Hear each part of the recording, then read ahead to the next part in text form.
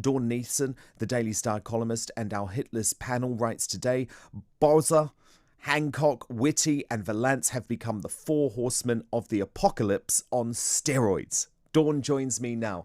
Dawn, what a 6 months this has been. You have been withering in your verdict towards the government throughout. But do you give them credit for anything, Dawn? Because at the end of the day, they were facing an unprecedented pandemic without proper preparation.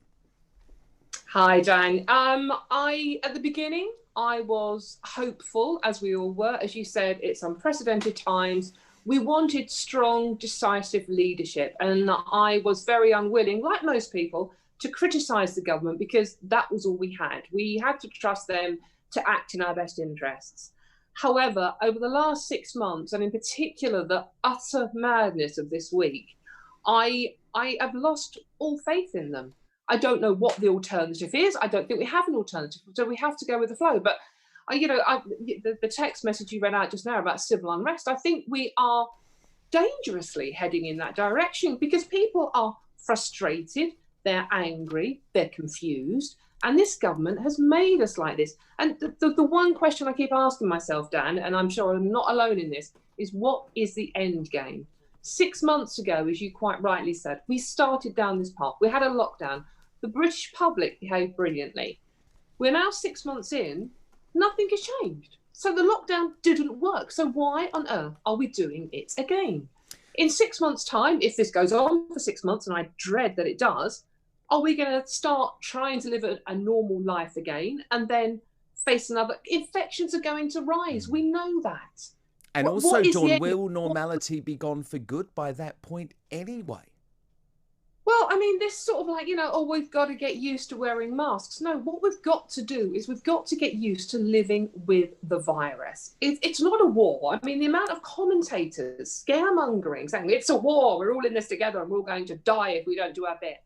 Stop scaring people. People are anxious. People are uncertain about their futures. But the language people are using around this is not helping. And the government, as you say, Vallance and Whitty and Hancock and Boris Johnson in particular, who's proved to be an absolutely cowardly buffoon. There's more knee-jerk reactions going on here than the BLM movement. I mean, it's just what he seems to be panicking every 5 minutes, not a single cohesive thought or a cohesive policy. Boom, one thing's happened, he panics and does that. It's scary. It's far scarier than the virus, what they're doing at the moment. It is, Dawn. I think Vallance and Whitty have to go. They should be replaced by someone like Sunitra Gupta and Carl Hennigan, because if Whitty and if Vallance have one solution to this, and that solution is lockdown, it's not the right one, because we cannot stay locked down for months and years in perpetuity until there's a vaccine. And by the way, Dawn, I heard a scientific advisor say this morning that to vaccinate most of the world, it will take 10 years, Dawn. We may never have a vaccine, Dan. There are some diseases we have learned to live with.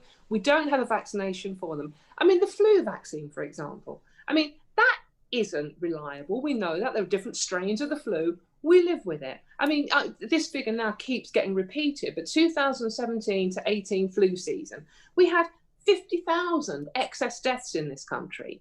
I don't remember this level of panic. I don't remember the army being brought onto the streets. Yes, I know it is a new virus. Yes, it's unprecedented times, but we appear to be using a sledgehammer here when it's unnecessary.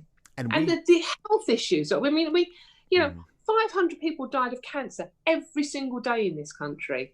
Why aren't we publishing those death tolls every day? I mean, it's so many more people are going to die. I mean, it's estimated 35,000 extra, and this is a low estimate, 35,000 extra deaths from cancer because of lack of treatment. I've got a friend who is waiting for a colonoscopy. They have been waiting since March.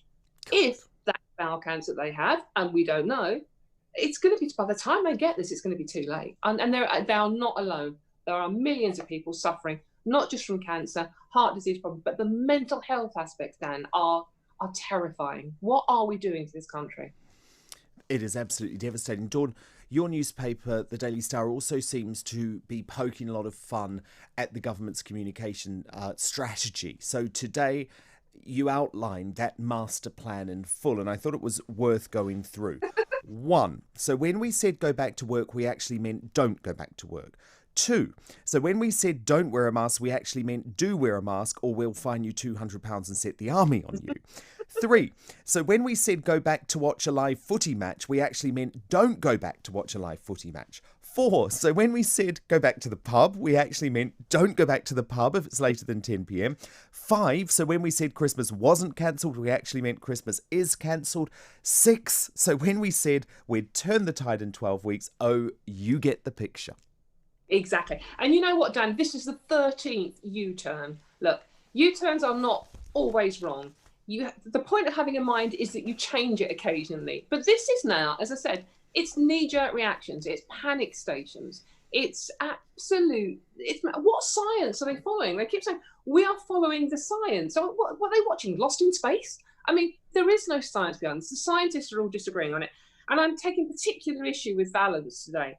Because his worst case scenario, which he happily put out there, 50,000 new infections a day. And he goes, well, this is a worst case scenario. Why are we constantly living in a worst case scenario? We don't have to. We need people to be positive. We need an end game. We need to be told how we're going to get through this. I mean, Boris goes, we're all in this together. No, we're not, mate. You're not in this at all with us. We're out here. We're the ones panicking. We're the ones going to have army on the streets. I mean, what are they going to do? Shoot us if we dare leave our front doors? I mean, it's utter madness. No, indeed. And Dawn, I think the criticism of that graph, because obviously that chart projected 50,000 coronavirus cases a day by middle of October, whereas actually many estimates suggest that we're actually only on course for around 8,400 cases. And our case numbers are only doubling every 20 days as opposed to every 7 or 8 days. And I just feel like, I know it's bad, but don't lie to us, Dawn, because if the trust frays, then what happens when in a year's time or in 6 months' time you all need us to get vaccinated, or when you impose new measures on us, you need us to support them? I just feel like that graph was so highly irresponsible, and it's what's turned a lot of people's stomachs. Dan. And it's like, I expect commentators on TV and the radio to say things to get shock headlines, okay? But this is the chief science officer. This is the chief medical officer. This is the prime minister. Why are they trying to terrify us? If they're not terrifying us, they're treating us like infants. And I don't know, as I keep saying, give me an end game. Tell me what the aim is, because in 6 months' time, we all start going back to whatever normal is, then the infection rates are going to rise. France and Spain have already gone down this road, and they are not seeing the worst case scenario that Vallance has predicted. I mean, what is he talking about? Why is he saying that? What is his point?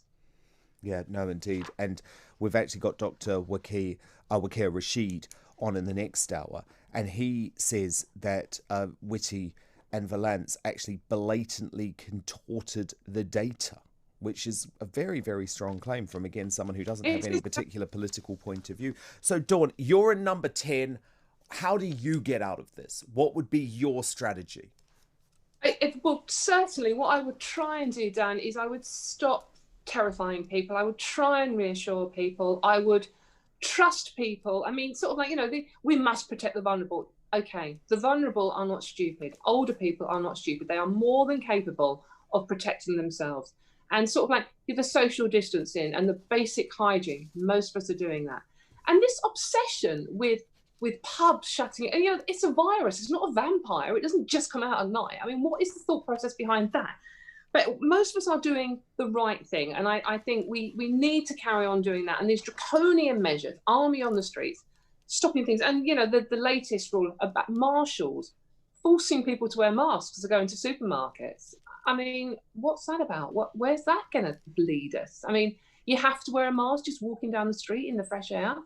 You can almost see that coming. I would stop terrifying people, give people the positives as well as the negatives, and encourage people. Stick and carrot. At the moment we're having stick, we need a bit of carrot to go with this as well.